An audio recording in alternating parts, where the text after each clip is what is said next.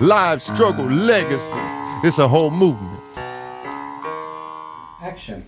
Hey everybody, it's your boy MP, Live Struggle Legacy, and welcome to episode 4 of the Live Struggle Legacy podcast. So if you haven't already done so, make sure you hit that subscribe button, that follow button on whatever platform you're either watching or listening on.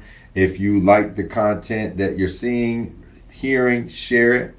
And keep checking in with us, man. Hit that notification button so you can get the latest content from Live Struggle Legacy Podcast. So in the last episode, and if you haven't already done so, I do recommend you go watch the first 3. That way you're up to speed with what we're talking about today. So last episode, I talked about, Pops coming home and things, kind of bumping heads and gradually getting back into the streets, getting pulled into the streets. And but I also talked about finding my niche with music. And, I talked about music being a refuge in other episodes, but the last episode I touched on finding my passion through music, through writing songs.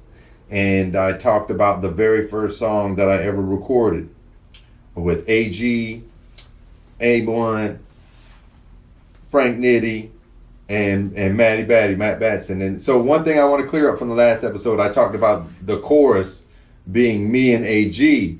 Well, there's A1, Amos is AG too. So I wasn't completely inaccurate, but I kept saying AG on the chorus, AG on the chorus. It was really Amos that was on the chorus, and that was really the first song that I ever recorded.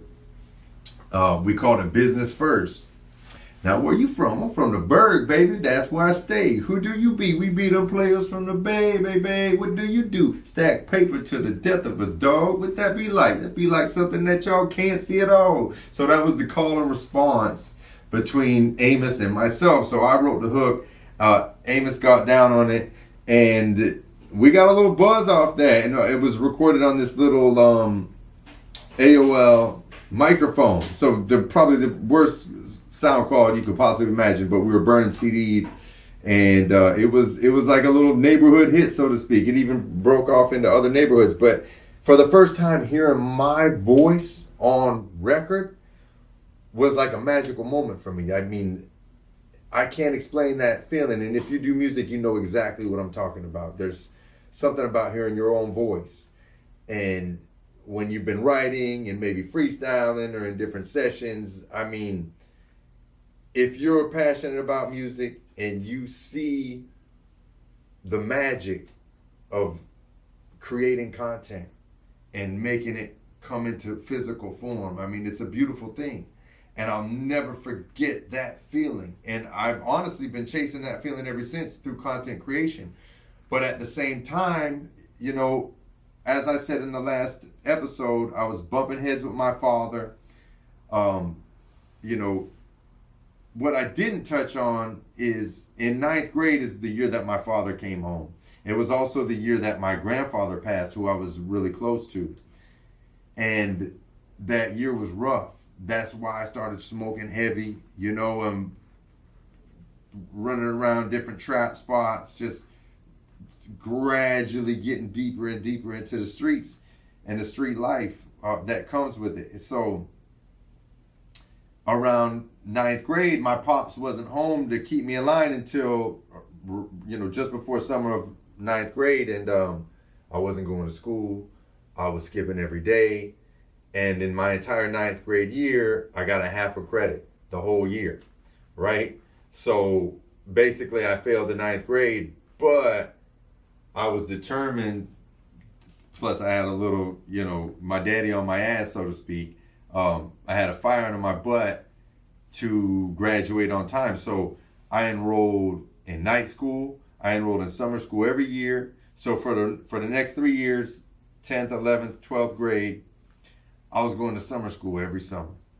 I was going to night school every Tuesday and Thursday. And in the process of that, I'm meeting people. I'm meeting people from other high schools. I'm meeting little females here and there, And just living my life. So, without going into every little detail, I'll just say by the time I got into my senior year of high school, I'm into a little bit of everything. And I told y'all early on when I was real young, I was kind of trying to do anything that came my way as far as drugs, just anything to change my state of mind. But a lot of that changed watching my mom go through what she was going through, drugs, being out, this sort of thing, and just seeing drugs affect people that I cared about. So it really put a bad taste in my mouth. But I never looked at weed as a drug. To me, that was medicine. If I didn't smoke weed, there was going to be problems. Like, I was going to have problems.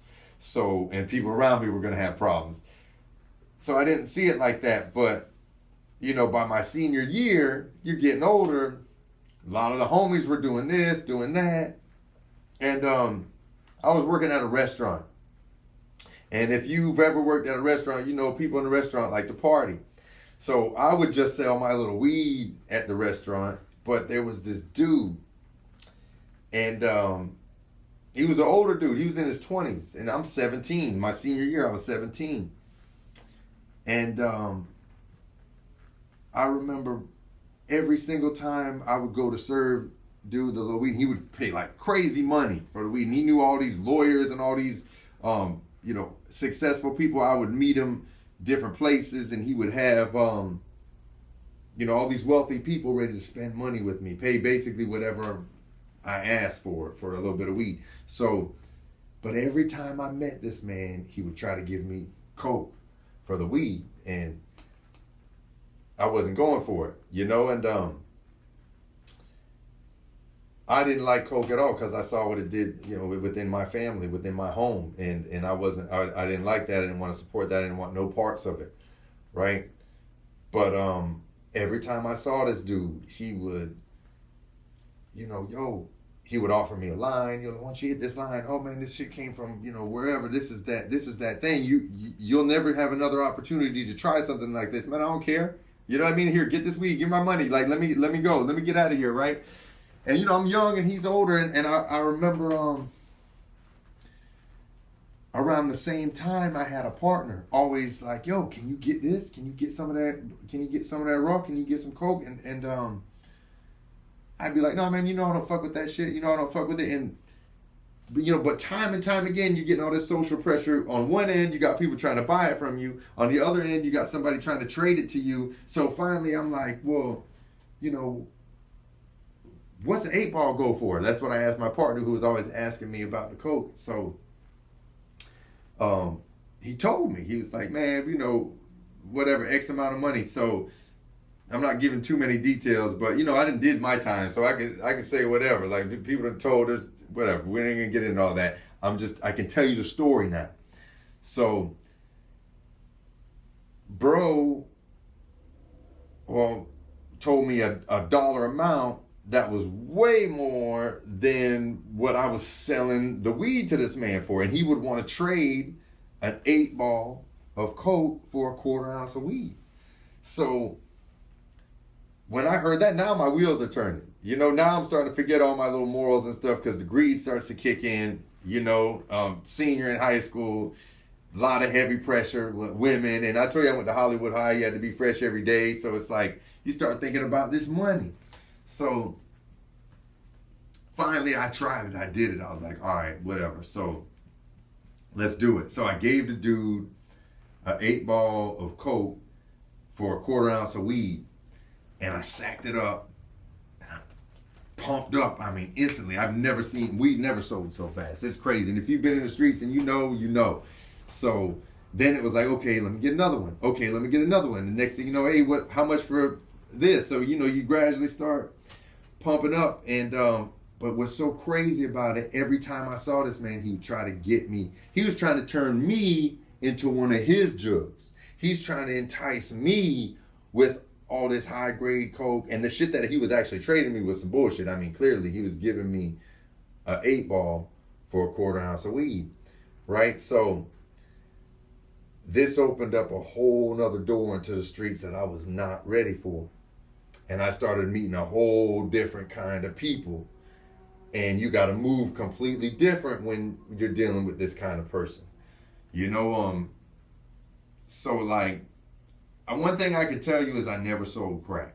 Never sold crack. But I did like try to put some homies on and, you know, do a little something in the kitchen, whatever, trying to help people out, which always would backfire one way or another because there's no friends in the street shit. But, you know, you could see how things could suddenly change and you get pulled deeper and deeper. And I'm just a senior in high school now. Now, I told you I found my passion through music, but it's like, here you have this passion, but your actions are not in alignment with your passion. So things get convoluted. Vision gets put on a back burner because now you have all this distraction. When you're making money, you're young, women, parties, clubs. We were going and hanging out at Ybor at 17. Jump right in front of the line at Full Moon Saloon. Go right into the VIP because money talks. You know, and back then, I wasn't thinking about saving money. I wasn't thinking about putting into my music. I was thinking about the party. That's all I was thinking about. Now everything starts to change with the money, with the women. And, you know, no OGs, no role models. You know what I mean? Like, I told you, my OGs, my role models, they were, you know, either getting locked up, doing dumbass shit, going to, you know, junkie stunting, doing drugs, or, you know, not putting me on game to be where I needed to be in life, right? So, you know, I'd get money and I'd blow it. I remember like my whole life savings, must have had like $7,000. I put into speakers. I put 415s in the back of the trunk and like just had a little bit of money to re-up with after that. It's like, man, what were you thinking? If I had put that money into my music back then, you know, but you only know what you know and you can only speak on your level of experience. But around that same time, I met somebody who did become like one of my OGs and really like put me on in a lot of different ways and kind of showed me that I'll never forget what he told me. And he said, man, you got to make your money last longer than the day. And that stuck with me to this day. I was 17 when he said that. So, you know, now I started, you know, I'm still wilding, I'm still doing dumbass shit, but I'm starting to get a little more focused about my money. And rather than splurge and buy all this shit, I'm rocking Dickies outfits and I'm stacking paper, right? Well, high school goes, I graduate, now I'm deep in the streets. And music, it's like once in a while I'll get in the studio. But I will tell you, so I got in the studio for that one song. So we're kind of going back and forth, music, the streets, and trying to find this balance in between, which, you know, there really is no such thing unless, you know, you really got that balancing act down. So that's hard for a 17-year-old, you know, with no guidance, no role models, no OGs showing you the right way. So Shawty T. I remember when we were in high school, Stylish Entertainment, man, these dudes were like Cash Money. He had the chains. Like, I really looked up to these dudes. They would put on the most incredible shows. Shout out Shawty T. So Shawty T had a studio at his mom's house, and AG set it up. He's like, yo, you know, because they loved my voice. All these boys loved my voice. So he booked a session with Shawty T. And this ain't no street shit. This is real music shit. I go, much respect to Shawty T, because while everybody around him is in the streets, getting locked up, doing this, doing that, this man was so focused on his grind that, I mean, if you know Shawty T and Stylish and what he's doing and what he's done with his brand and just, you know, staying focused and reinvesting, I mean, it's incredible. He went from his mom's house to, you know, having an unbelievable studio with all the gear, the mics, like you name it, photography. So big shout out, much respect to Shawty T. But when I was about 17, AG Austin booked the studio, and me, AG, and C-Mill did this song called Get Off Me. Man, I wish I had this song right now. Somebody, man, if you got this song, holler at me, man, because I have not heard this song in years. And it was our first, like, professional recording. Because Shawty T was, you know, he was a rapper. But he knew how to engineer. He was a beast. I mean, to this day. So that was like my first original recording. We're passing this song around. So here's like, yeah, I say I want to do music, and I say that this is what I want to do with my life, but like, I'm fucking off in the streets. I'm doing way more street shit than I am creating content and trying to pursue my passion, right? Just kind of completely blinded. Now, but if you go back to a previous episode, I tell you the way that I was raised, it's like, my parents would always say, just go to school. Just go to school. We'll take care of everything. But that wasn't the case. You know, like, I got to have my own money. I got to pay for my own shit. You know, and around that same time, before I graduated high school, my father and I started bumping heads like a motherfucker because I'm trying to, you know, basically trap out his house. He doesn't know that, but I got people coming all hours of the night. I'm leaving, I'm coming. And I remember he always used to say, coming or going, staying in or staying out, you know. And then finally we reached a breaking point where he was like, you're either going to stay in this house at a certain time or you need to hit the road, Jack. And I was like, fuck it. Like, it is what it is. I'm doing what I'm doing. I hit the road. I went and moved in with somebody who I thought was an OG, and I looked up to, another one of those role models. And like, we started trapping heavy, like, bro, you know, we're leaving details out, but you know, we were doing our thing, and you know, women, money. We even like opened up a little tattoo shop in there. Had the you know, the jug doing tattoos for little pieces of whatever, and that's when I really got deep into the streets.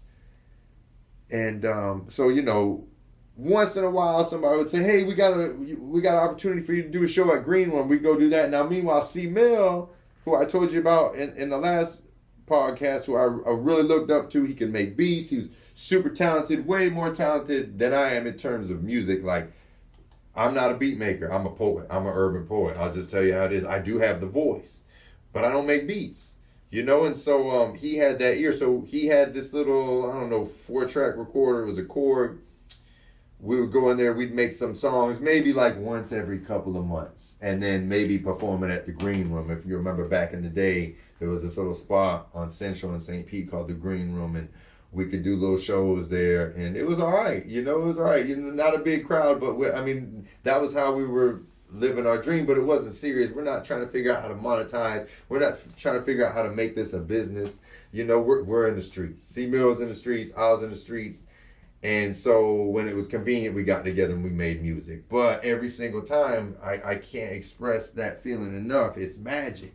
When you take a thought, you put it on paper, and then you hear it come to life through a song. I mean, there's no better feeling than that in the world. You know, it's a one-of-a-kind feeling. So, you know, but I'm not focused on that. I'm focused on these women, this money. And so now I'm into everything. And I will tell you this, right back on the whole drug thing. So now I've been introduced to coke. I'm fucking around with the coke. And I can honestly say, right hand to God, that I have never snorted coke in my life. I tried it one time, and the crazy thing is everybody was hot because I went to snort it and I blew it. It was like my mind would not allow me to do it. And I'm not judging anybody that does. A lot of my partners have done it. People I love with all my heart have done it, but like, it just wasn't in me to do it. So I'm just smoking my weed and drinking my drink. But just like I told you, everybody used to be like, yo, can you get the coke? Can you get the coke? People used to ask me about the pills, beans, we used to call them back in the day, the X pills. So, my one partner's always asked me, this is another dude I looked up to like an OG. He was in his 20s, an older dude. And he's like, yo, I know you got the plugs, you know, because if they figure, well, I can get the weed, I got the plugs. And yeah, maybe I did, but I'm not. One thing about me, people fuck with me because I don't ask questions. I don't care what you got going on. That's not my business. What's our business is our business, right? But on the other end of that, same thing. I had a dude always saying like, yo, I got these pills. I got these pills. You know what I mean? And I'm like, no, man, I don't fuck with that. I'm the weed man. I'm fucking with no pills, right? You got some weed? You know, so, but my bro, the OG, older dude, I'm not saying names, but he was like pressing me. And I did look up to dude. So finally I was like, all right. So the dude that was always trying to push the pills on me, I was like, yo, how much for 10? My dog wants a 10 pack. You know, he told me the little whatever. So now I go get the pills and I go to see my bro. And at the time I had this Lincoln Town car, 415s, dark tint. You know, everywhere I went, I had this little bottle of either VSOP, Hennessy, or Remy Martin with my little pistol tucked under the seat. And I had this bag that I kept full of, you know what I mean, weed and, you know, whatever else I had in that bag. I was a trap on wheels, right? So I go see my bro. I pick up the pills. I go see dude who wanted the pills. It's about to get real, y'all. So this is really some bullshit. If you're watching this, you know there's some bullshit. But if you know me, you know I'm for my people to a flaw. To a fucking flaw. And I give dude the pills. He looks at them, smells them, whatever. I don't know shit about this. I don't know what makes a pill good or not. I just know that if I got it from old boy, it's good. Don't question it. Don't question me. You know what I mean? Like, you know me. You know I never brought no bullshit to the table. I'm not about to start today. And so we're sitting at a gas station right there on 22nd, across from Chataway, my homeboy's people store, and 22nd and 4th. And he says, well, how do I know if I take this pill, I'm not going to die? I was hot. I was offended. Like, man, really? Really? So fucking I take the pill, put it in my mouth, pop the Hennessy cap, down the pill. I said, because if you die, I die. I had no idea what I did just got myself into. So my bro gets in the car, he leaves, he goes way across, he lives way across a couple hours north. And I'm in the car. And I told you I had another dude that I looked up to that I was living with. I had just left my pop's house, just graduated from high school. I'm not even 18 yet. I'm 17 years old. Man, the pill starts kicking in. I start spazzing. So I go, at the time my homeboy was at his mom's house. We had a place together in this little alley on the south side. No need to disclose the location. But I go to his mom's house, who lived in Coquina Key at the time. And so the beans kicking in, I'm paranoid as fuck. My eyes are this big, my jaw's locked. I had no idea what I was getting myself into. And so I had a pocket full of money. I had my pistol. I had, like, who knows what else I had. And I just get in the passenger seat and I call him. I'm like, come outside, come outside. He's like, what? I was like, man, you got to come outside. He could hear it in my voice. He's worried. So he comes outside and he gets in the driver's seat, and I remember I handed everything, pistol, money, whatever else I had, and I just threw it on him. And he looks at me, he's a lot older than me. He looks at me, he's like, the fuck is wrong with you? He sees my eyes like, what the fuck is wrong with you? I'm like, bro, I took a bean. And he's laughing. Now he's like, man, you're a mess. I was like, man, I can't drive. I don't trust myself. I kept saying that. I don't trust myself. And so, and now I hadn't smoked cigarettes since my dad came home when I was 14 in the 9th grade. I had not smoked a cigarette. I'm like, man, go to the store. I need some cigarettes. If you've ever popped a bean, I don't know what it is, but it makes you want to smoke even if you don't smoke. I just start smoking all these cigarettes. And we go to see this chick. Now I just want to be around a female. You know, I'm on a bean. And so we go see this chick. If you're watching this, you know who you are. She's been down with the homies since day one. And I'm like, you gotta massage me. She starts massaging me. She's making fun of me because she knows I'm all fucked up and I don't do no drugs. But I was like, yeah, I wasn't feeling good. I was actually scared. And she's telling me like, well, you don't know what it's like until you fuck. And that's what all my homeboys would tell me too. But I couldn't even think about that. Like, I was scared. I'm fucked up. I got myself into something I wasn't ready to get into. And my bro called me and he was like, how you feeling? He used to call me white boy. White boy, how you feeling? And I'm like, man, fuck you. I'm fucked up. What you mean? Like, it was not cool. It was not cool at all. And of course, I did it on my own accord, but he was playing games. He was testing my loyalty. And just so happened, that's where this tattoo came from. Loyalty. Me and about 7 other people got this same tattoo, and that's what it is. But I'm gonna just leave that at that because everybody's not loyal. Everybody's not loyal. It don't mean shit if it's written in blood. So I'll tell you this. That day, taking that bean, it opened up a door that I was not ready to open up. Because I don't remember when, where, and how, but I did it again. And then I had, an experience, a physical experience, a sexual experience. And after that, it's like, I remember being able to fuck like a porn star. You know what I mean? Like, and then it's like now you made an impression on a person. You feel like you got to meet that standard. You want to pop a bean every time you're with a female.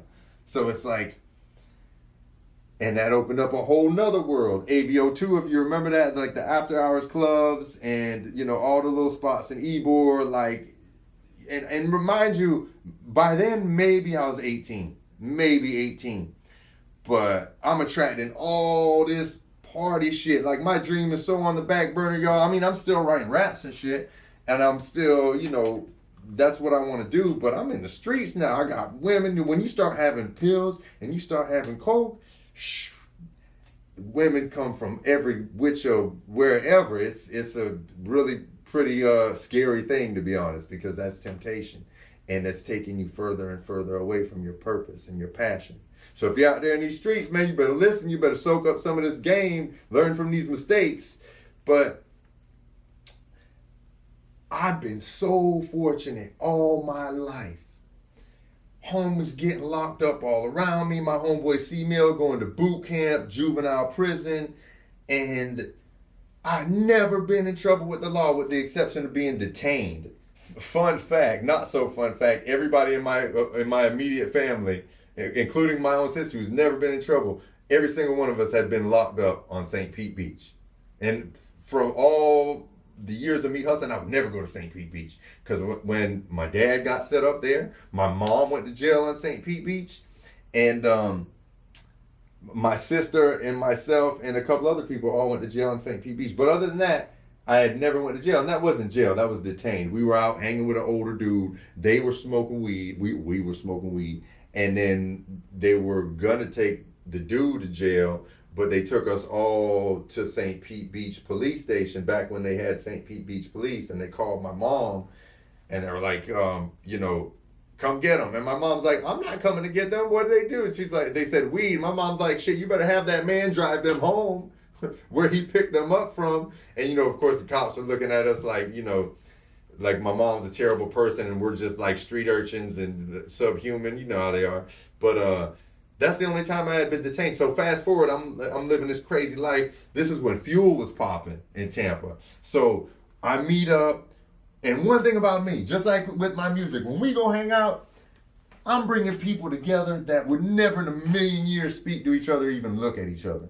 But I bet you we all go out and have a good time together. I'm calling all my bros from all different walks of life, all cultures, social classes, and we're all going out. And not everybody in this group was like Fuel material, but listen, that's where we're going. We went like 15 deep to Fuel, all went out. And at the time, there were these two pretty ass females that I met, and one of them was dating my homeboy, and I was kind of talking to the other one. And so while we were at Fuel, they hit me up. They're like, yo, we want to hang out. Hey, where y'all at? We're in Ybor, because everybody would go to Ybor. They were going to, one of the like preppy kind of clubs, which was not my scene back then. I'm in the hood scene. And, we're at Fuel doing our thing. And so we went out there probably 15 deep, and everybody's leaving. Clubs are all closed. It's like 4 o'clock in the morning.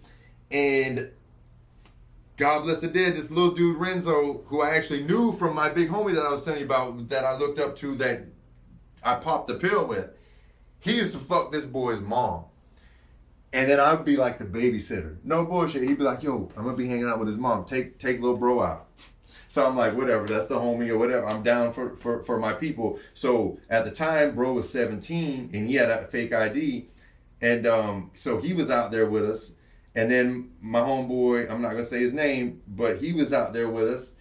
And so who rode out to the club? It was me and just my two bros, right? Well, then when we left, I'm not gonna leave my bros for hoes. No disrespect, but you know the code. So we go meet with the females. I still gotta take my bros home.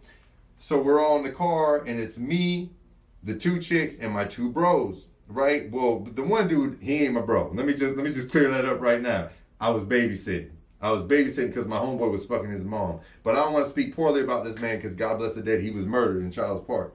But we got pulled over. Man, I'll never forget this. I was turning off of, I want to say 7th, wherever it is that you go to get on the interstate to go to St. Pete. I'm right there. And they lit me up. So I pull over. I didn't even know I was fucked up. And I didn't think I had nothing on me. But I did buy a couple sacks in the club at Fuel from somebody in the bathroom.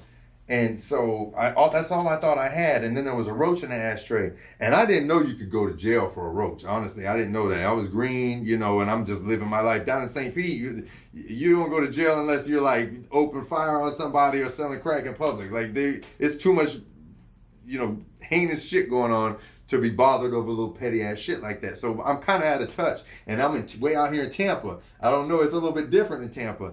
So anyway, we get pulled. And they take me out of the car. They're like, the car smells like weed. And they're like, what do you got in there? Now, years ago when I was 17, we got pulled over by Tampa PD. We all had weed.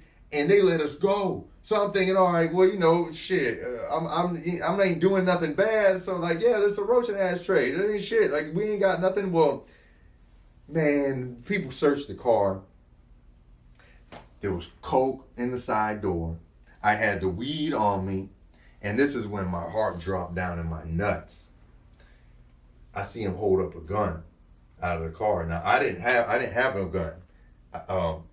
So I'm like, man, y'all put that there. I'm snapping. Man, y'all put that there. I'm talking shit. I didn't have no gun. Y'all put it there. But what I didn't know is one of my bros left it in the back seat. I didn't even know he had it. Right hand to God, I didn't even know. But I'm not no fucking snitch. So the one girl I was supposed to be dating tells the people, yeah, it's his, everything's his. She don't even know what's in there. The little bro, God bless the dead, that I was babysitting, same thing. Yeah, that's his. My one bro, actually, he rode home with somebody else. The one who actually left the gun in the back seat, he wasn't even in the car with us. He rode home with somebody else. And then the other chick that was actually talking to my homeboy C. Mill at the time, God bless the dead, she passed away as well, unfortunately, of a drug overdose in 2019. God bless the dead. So shit's real, y'all. But this is the first time I ever went to jail. And that one girl that passed away, she's screaming. She's getting wild for me. She's saying, he didn't do shit. Y'all need to let him go. She's like fighting the police. They got her like about to hog tie her and shit. And of course, I was the only one that went to jail. They impounded the car. So that was November of 2019. Matter of fact, it was Thanksgiving night. I remember it like it was yesterday. That was the first time I ever went to jail. And when you first go to jail, you're bond out. And here's the crazy thing, like in the way that I was brought up in the streets and my OGs, dude threw me a party. When I got home, he had an outfit for me. He had this little broad who I had never met that wanted to give me some pussy. Like, no disrespect, but like that's what it was. And it was like, oh, you went to jail for the first time. Good for you. Trophies. So that you're rewarded for doing dumb shit. You know what I mean? So,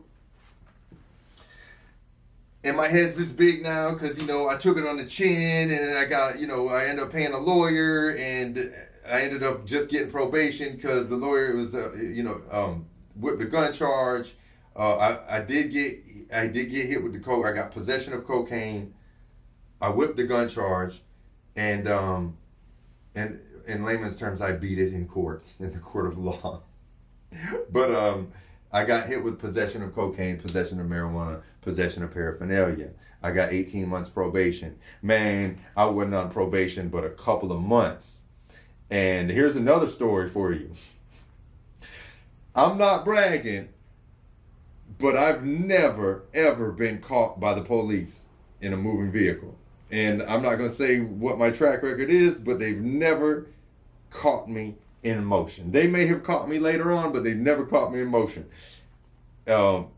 So don't try this at home. I do not condone this because I lost years of my life behind stupid ass shit like this. But my bro I told you about in one of the previous videos, this was Ronnie Black's cousin. And he was my bro. We would be in sessions together, smoking and rapping. He could rap like a motherfucker. So he went to juvenile prison for stealing cars or some shit. And then he got out right as we were like 19. He did like a few years, I think, at least 9 months. He did some time though in like some weird juvenile shit.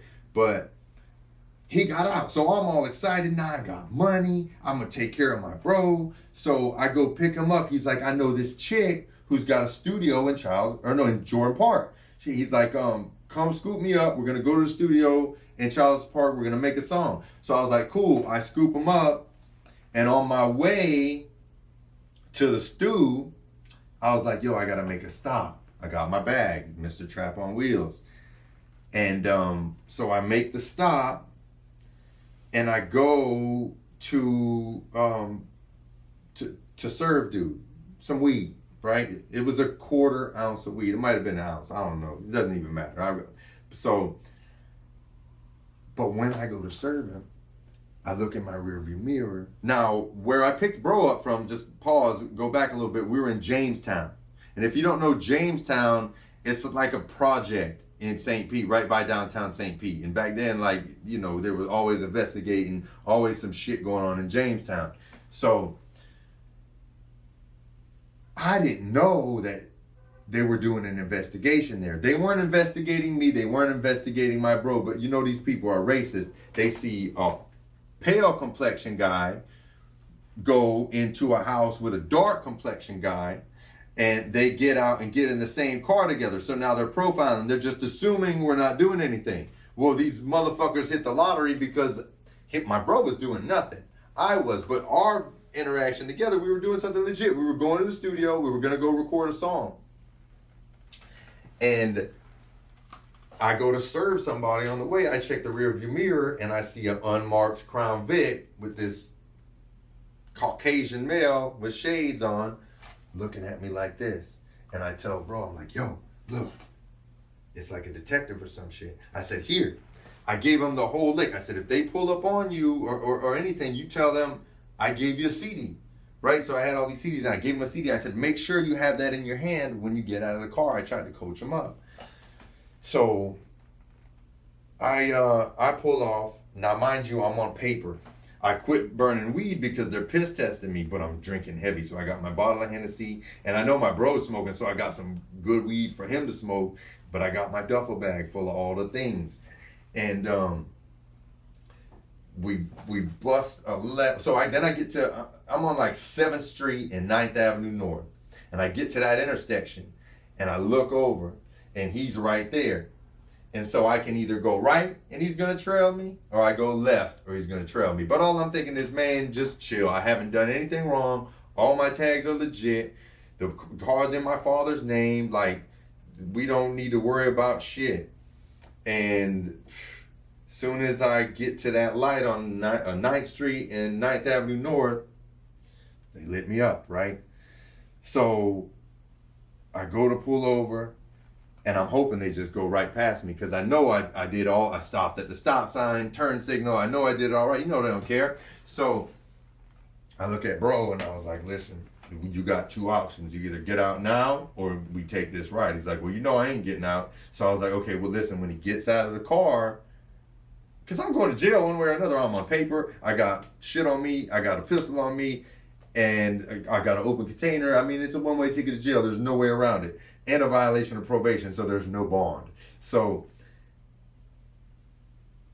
I wait for him to get up to the car, and as soon as he gets up to the car, I hit it. So we're you know, I don't know how. Somehow I ended up going down 9th, wrong way, and it was the whole fleet. We're right by the police station. I swear the whole fleet is coming this way, and I'm heading right at them. And when I was young, I had balls of steel. I don't care. We're either you get the fuck out of my way or we all die. I'm going straight towards them, and they're going right and they're going left. And then so finally, I bust in the alley. I turn right. I park in a like a little apartment spot, and I jump out and I leave everything in the car. And now we're walking. Right? We actually made a song about this. Me and bro did, and so bro's like, yo. Let's go back to Jamestown, to my girl's house. He was staying with his child's mom. And I was like, no, man, we need to go to the corner store and we need to call a cab. And so he's like, no, man, we need to go to my girl's house. Every bit of my better instinct told me don't go back to Jamestown. Every bit of my better instinct told me to go to that corner store and call a cab. But I just listened to my bro because I respected him, and it's like, okay. And it's not his fault. I'm not saying that. But anyway, we get down there, and I see this big lady, right, with a mouth full of gold. And she's like, yo. And I'm thinking she's trying to sell me dope. She's like, she sees the white boy. She thinks he's looking for something. And I'm like, I'm ignoring her. Little did I know she was trying to protect us. She was trying to save us. She's trying to bring us over in her spot. Because as soon as we got around the corner, man, they start coming at it everywhere. They were waiting there for us. One detective jumped out of the bushes. He had it had to be like a 45. I just know the barrel on that thing was like that, but put it right in my face. Another one jumped out. They slammed me on my shit, fucked me all up.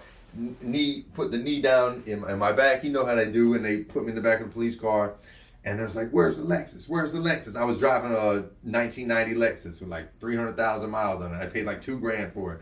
But, where's the Lexus? Where's the Lexus? So I'm like, man, and I'm talking shit. I'm talking like crazy shit to these people. I'm not even going to get into what I was saying, but they were calling me Farrakhan. Don't ask me why.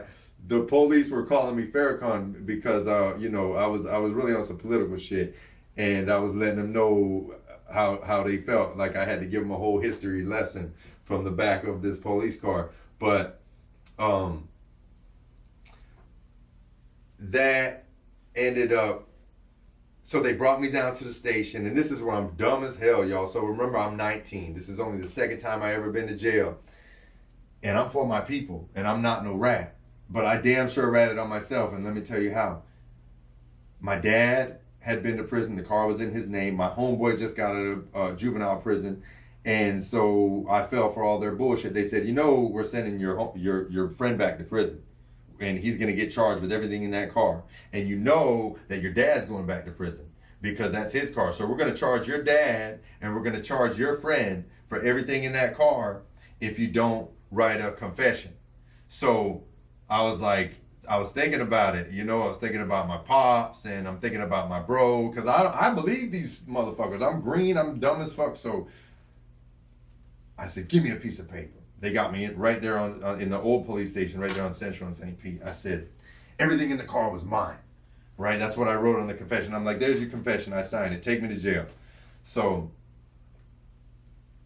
they're like, you need to be more specific. So I said in the confession, the drugs and the gun were mine. I said, is that specific enough, motherfucker? I give it to them, right? So they look at it. They're looking around. Their eyes are all wide. They're like, the gun. Man, they didn't even find the gun. They already gave the car back to my dad, took the car back to my dad's house. And so while I'm locked up in Pinellas County, they show up to my dad's house and they're like, okay, we're going to get a warrant from a judge. You can either let us in the car now, or we're going to sit here and wait until they come with the warrant from the judge to go into the car. So my dad don't want no smoke. He's already did a bunch of time. He's like, listen, we ain't got nothing to hide. Go in the car. And they could not find that gun. They searched, I don't know how long, he told me later on. And then finally they found it. It was so far under the seat because I was driving like an asshole. And they found it was my little black 38 Special. So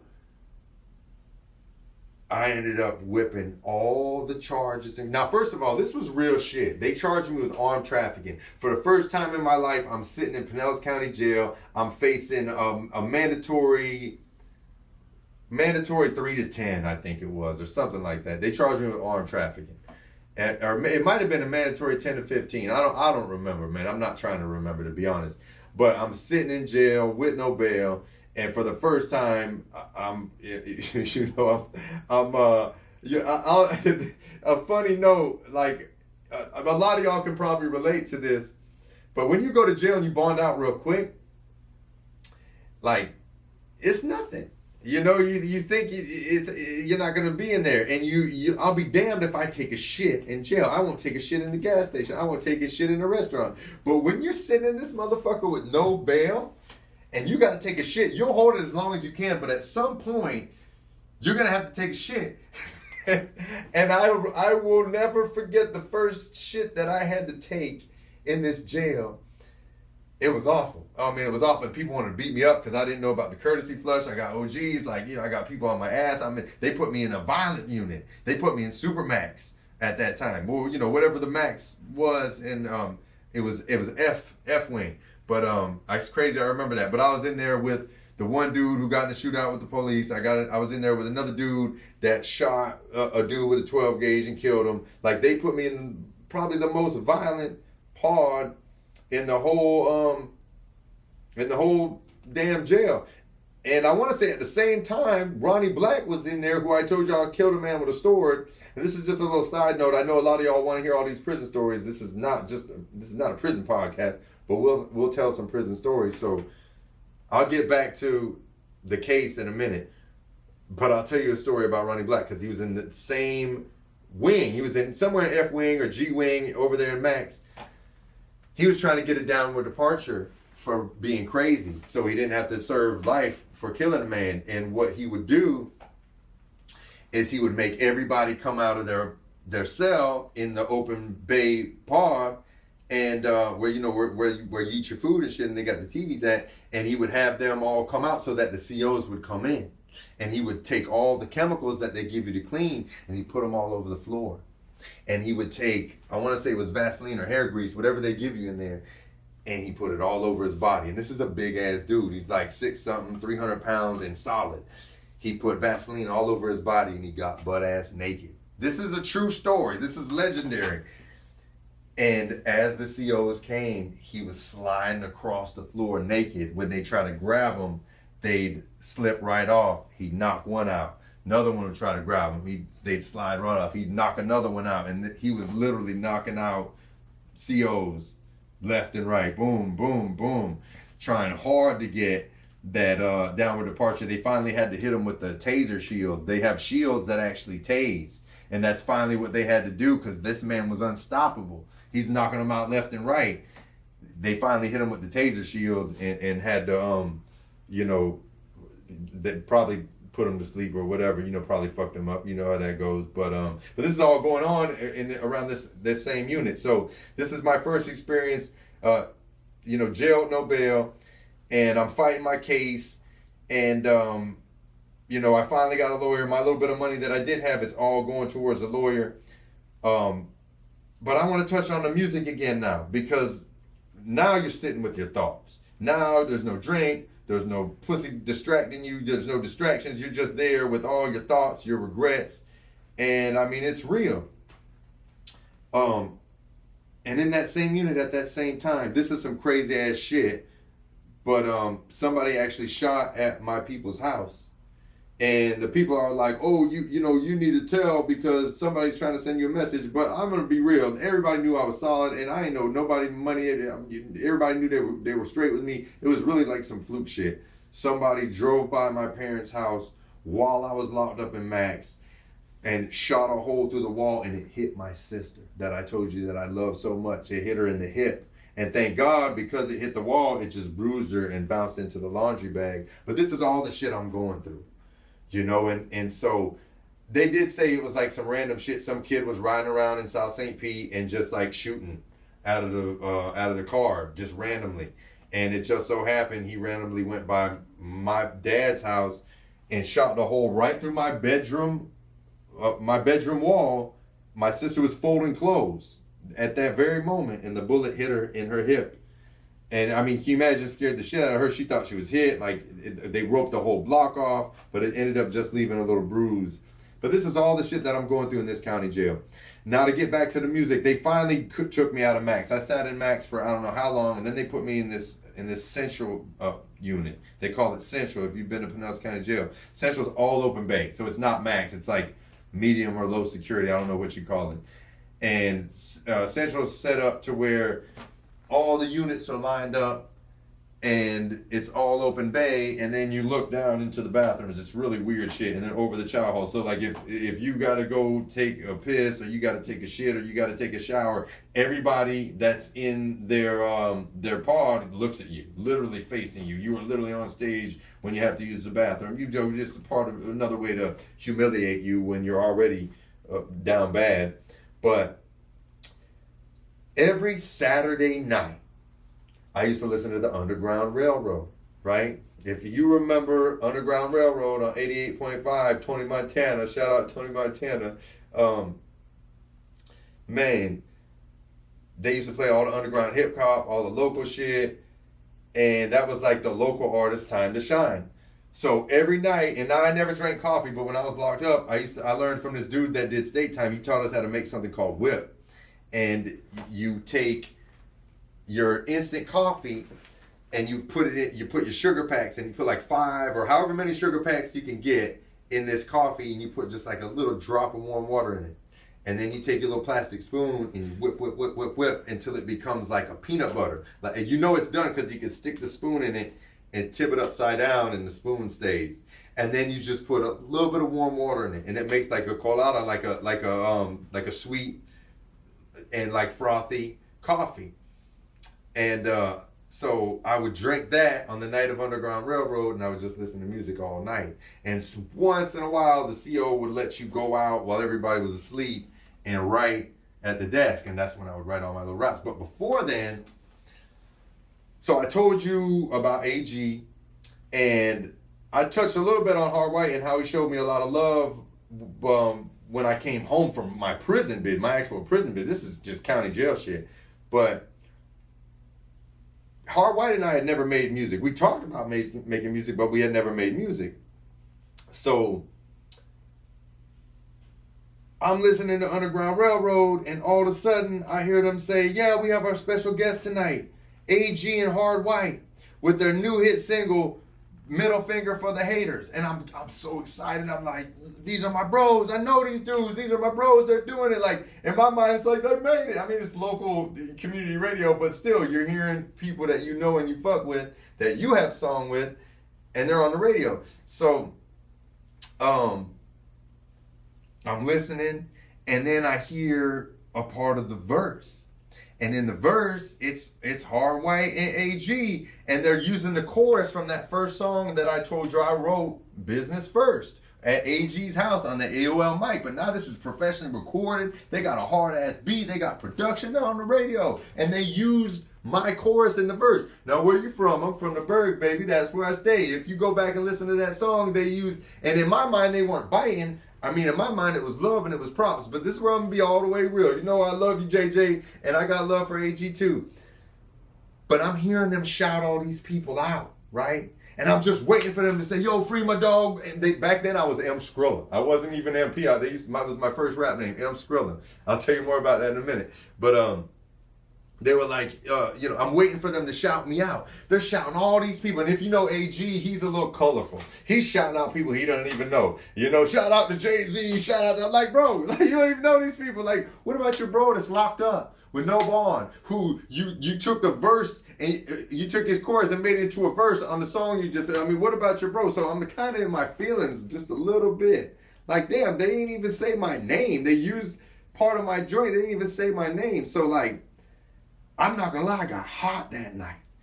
And instead of being salty about it, I started hitting the pen and pad, and I'm thinking, man, if they could do this shit, I'm definitely gonna do this shit. And when I hit the turf, like, I'm gonna see where they're recording. I'm gonna be like, yo, man, show love. Like, where y'all at? So I'm writing, I'm doing my thing, and for the first time now, everything changed.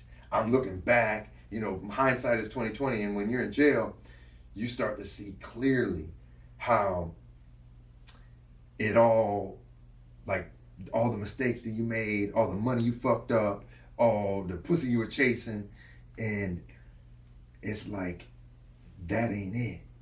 And it's like, you know, when you're facing all this time in prison, you start to realize like the dream not gonna happen like this.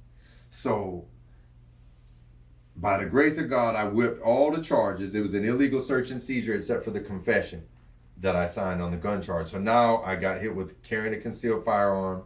They gave me, what did they give me? Like 2 years house arrest or some shit, followed by 3 years of probation consecutive, right? But by the grace of God, I got out on house arrest. When I got out on house arrest, I hit up AG. He said the right things. He's like, yo, I'm going to pull up right now. He pulled up. He let me hear the CD that him and Hard White had just made. And I'm not going to lie, I was blown away. I could not believe the production quality. I could not believe the engineering. And JJ spitting and AG spitting.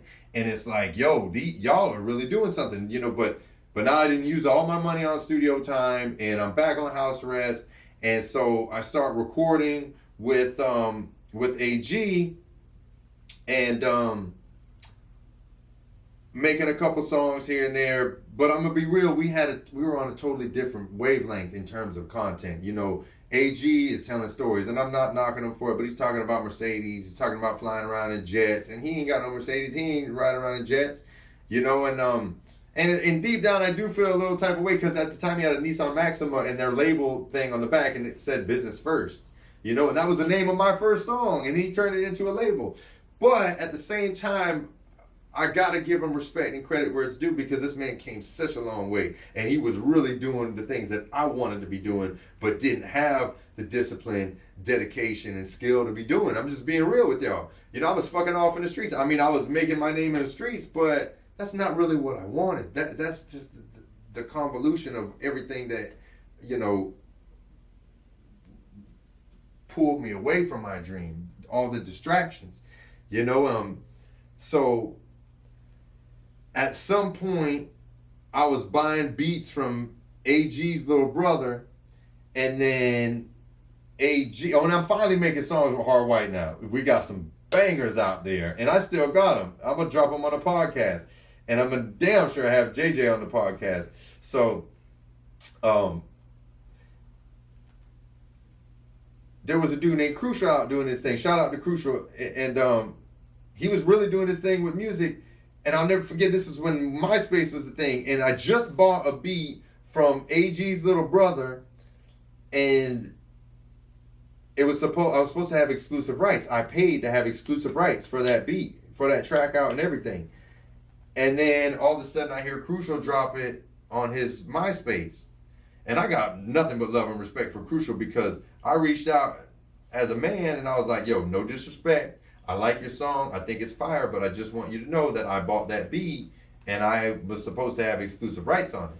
Did you buy it from, you know, Mike? And that was AG's little brother who was selling beats. Who's actually like doing this thing right now with like a reggae band. But anyway, shout out to Bose, DJ Bose. But no, he didn't buy it from Mike. He bought it from Austin. So Austin sold the man the beat that I bought exclusive rights for. And I'm not trying to throw AG under the bus, but it is what it is. We're being real here. And at that moment, I knew I'm not fucking with dude no more. You know? And then, like, even JJ, who's my bro, my family, like, that's my brother. We kind of fell out a little bit. And that wasn't even, it had nothing to do with me. It had to do with C-Mill. Like, and if JJ's watching this right now, I want you to understand if I was ever acting funny, it's because, you know, C-Mill was a little bro and there's nothing I wouldn't have done for him. And when you have an issue with somebody that I love and I see as my family, well, I allow that issue to become my issue, which isn't necessarily right because C-Mill could have been dead to the wrong. I don't know. But, you know, we kind of fell out. And then I realized, okay, I'm doing my own thing. I'm going to get my check up. I'm going to start my own label. I'm going to change my name. I'm going to tell you why I changed my name. Because my mom got wind I was doing music. And she's like, so what's your rap name? And I was like, M. Skrilla. You know, I'm gangster as a motherfucker. And my mom looked at me with a straight face. And she started busting up laughing, hysterical. Ah, M. Skrilla. Ah. And right then and there, I knew, I'm like, no, that ain't it. So MP, that's my real name, Michael Paul. So from that moment on, thank God for my mom, I became who I truly am today, and that's Michael Paul, MP. So, in the process of trying to do music, I decided I got to do something different, and I got to come up with a theme. So this is where I'm going to take a break on this podcast, and we're going to pick it up on the next episode. This was a lot, y'all, in one episode, but I need to tell y'all in the next episode about Potent Entertainment, and we charging, because that's where it all began. I'm getting goosebumps telling you about it right now. Like, that's when I knew it's time to get real. So I appreciate you all checking in. Live Struggle Legacy, episode 4. Like, subscribe, share, follow, and drop some comments, y'all. We got a lot more content coming. Stay tuned for the Live Struggle Legacy episode 5.